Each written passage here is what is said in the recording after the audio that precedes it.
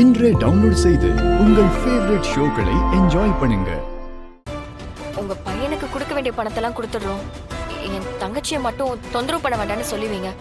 இந்த பாரு பாப்பா, உன் தங்கச்சி பணத்துக்காக என் பையன் கூட பழகி அவ இஷ்டப்பட்டதெல்லாம் வாங்கி அனுபவிச்சிருக்கான். இப்ப பணம் தர முடியாதுன்னு சொன்னா என்ன அர்த்தம்? சார், தர முடியாதுன்னு சொல்லலையே. அப்போ 3 லட்சத்துக்கு கொண்டு வந்திருக்கியா? குடு சார், கொஞ்சம் கொஞ்சமா திருப்பி கொடுத்துறேன் சார். நாங்க மிடில் கிளாஸ். உடனே அவ்வளவு பெரிய பணத்துக்கு நாங்க எங்க சார் போவோம்? உங்களால அவ்வளவு பணத்தை ரெடி பண்ண முடியாதுன்னு தெரியுது இல்ல? அப்ப யாருகிட்ட பழகணும், எவ்வளவு வாங்கணும்னு ஒரு கணக்கு வேணும் இல்லம்மா? அதை தாண்டி வாங்கி செலவு பண்ணிட்டு இப்ப ஐயோ அம்மான்னு அடிச்சுக்கிட்டா நான் என்ன பண்றது? நான் கண்டிப்பா ஏமாத்த மாட்டேன். எப்படியாவது திருப்பி கொடுத்துருவேன் சார். நான் மாச சம்பளத்துக்கு ஒரு கம்பெனில வேலை பாக்குறேன்.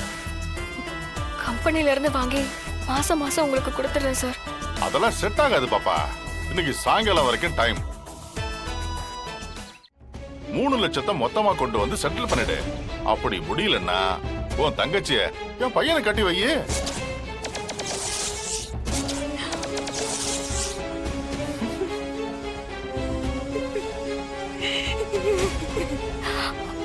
என்ன சார் பேசுறீங்க?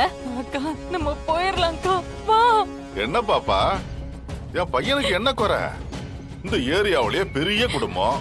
என் குடும்பத்துக்கு மருமலா வர்றதுக்கு நீ கொடுத்து வச்சிருக்கணும். சார் சார், வேண்டாம் சார், என்ன வெட்டுங்க. தேனு, நீ பயப்படாத. உனக்கு உன் தங்கச்சி வேணும்னா ஈவினிங்குள்ள பணத்தை ரெடி பண்ணி கொடுத்துட்டு கூட்டிட்டு போ. இல்லையா என் பிள்ளை கட்டி கொடுத்துரு. அவ்வளவுதான். இதுல எந்த மாற்றமும் இல்லம்மா. குழந்தை மாதிரி அழாம சீக்கிரம் கிளம்புங்க. உனக்கு டைம் ரொம்ப கம்மியா இருக்குமா? கிளம்புங்க. சரிங்க சார். ஏய், ஒரு நிமிஷம். என்னம்மா நீ உன் தங்கச்ச கூட்டிட்டு போயிட்டீன்னா பணத்துக்கு யாருமா பொறுப்பு? பணத்தை நான் கொடுத்துடுறேன் சார். கொடுக்காம அப்படியே ஓடி போயிட்டா?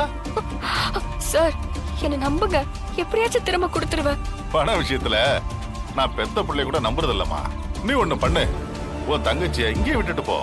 வந்து பணத்தை கொடுத்துட்டு மீட்டுட்டு போ. என்ன சார் இப்படி பேசுறீங்க? அநியாயமா இருக்கு சார்.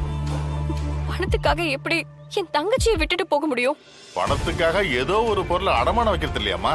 பைக்கை அடமானம் வச்சு பணம் வாங்கினா பைக்கை தூக்குவோம். நகையை அடமானம் வச்சு பணம் வாங்கினா நகை எடுத்துக்குவோம். உன் தங்கச்சி 3 லட்சம் பணம் வாங்கி செலவு பண்ணிருக்கா.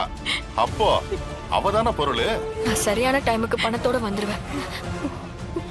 நீ தைரியமா இருந்த ஒன்னும் ஆகாது.